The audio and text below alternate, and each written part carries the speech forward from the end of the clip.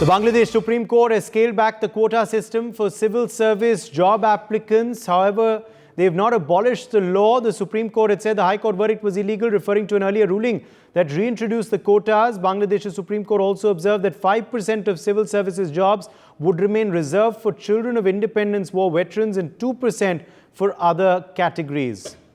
Brian Thomas is joining us for more on this story. Brian, take us through the new ruling that has come in from the Supreme Court in Bangladesh.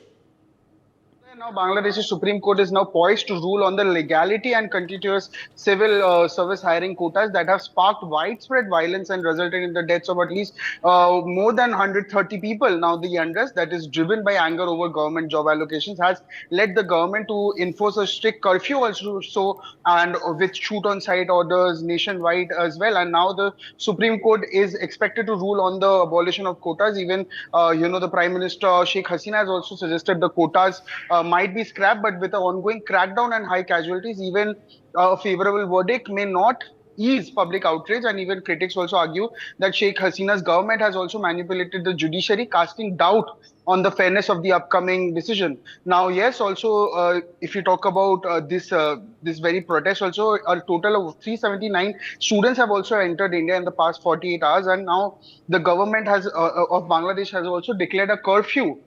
Even though, yes, even the MEA is also, given a strong, advisory that has helped, get back many Indians. And even the PMO's office requested the assistance of the armed force in enforcing government-mandated curfew, which began at 12 a.m. Now, this decision was made after law enforcement were also unable to effectively control the ongoing chaos and disorder. And even though, yes, the Supreme Court rule plays a very pivotal role, but again, the widespread is still continuing in the state, in the country of Bangladesh.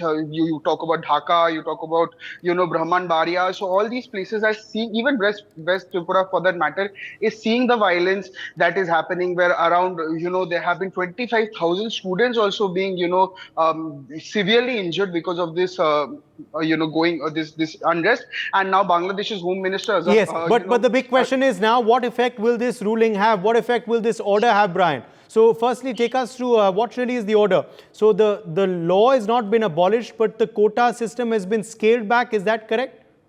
Yes, so there very much the quota, it is still not abolished, and this will play a very, crucial in terms of the unrest that is given in Bangladesh, and also to the fact that another very important thing that needs to be noted that the Supreme Court order, which will rather is not abolished, like it's not the job quotas is not being abolished, but this verdict will not rather play a very favorable verdict in terms of the public outrage that is happening. And also to the fact that they are also saying, in terms of, if we talk about, the critics rather are also saying that as far as the quotas are concerned, do they go now from 30% to 5%? Yeah, as per what we are getting to know, it will be going from 30 to 5%. But still, it is also said by the critics that Sheikh Hasina's government has manipulated the judiciary and will also cast doubt on the fairness of the decision that has been made, because the protest is going on and it is playing a very pivotal role in the public outrage also that is happening in Bangladesh. Madhav Nalapat, editorial director of the Sunday Guardian, is joining us on the broadcast. Madhav Nalapat, what bearing do you believe this Supreme Court order will have on the protests which have erupted in the country? Those behind the protest are determined to essentially commit regime change as a consequence of street protests and street violence. And frankly, they are going to say that, no, this is not enough, and they will continue the efforts. What is happening, fortunately, is that Sheikh Hasina has shown considerable spine in dealing with them. She understands the existential threat, not just to her government, but the democracy in Bangladesh, from the type of forces that have been unleashed on the streets in the guise of students. There's nothing to do with studies.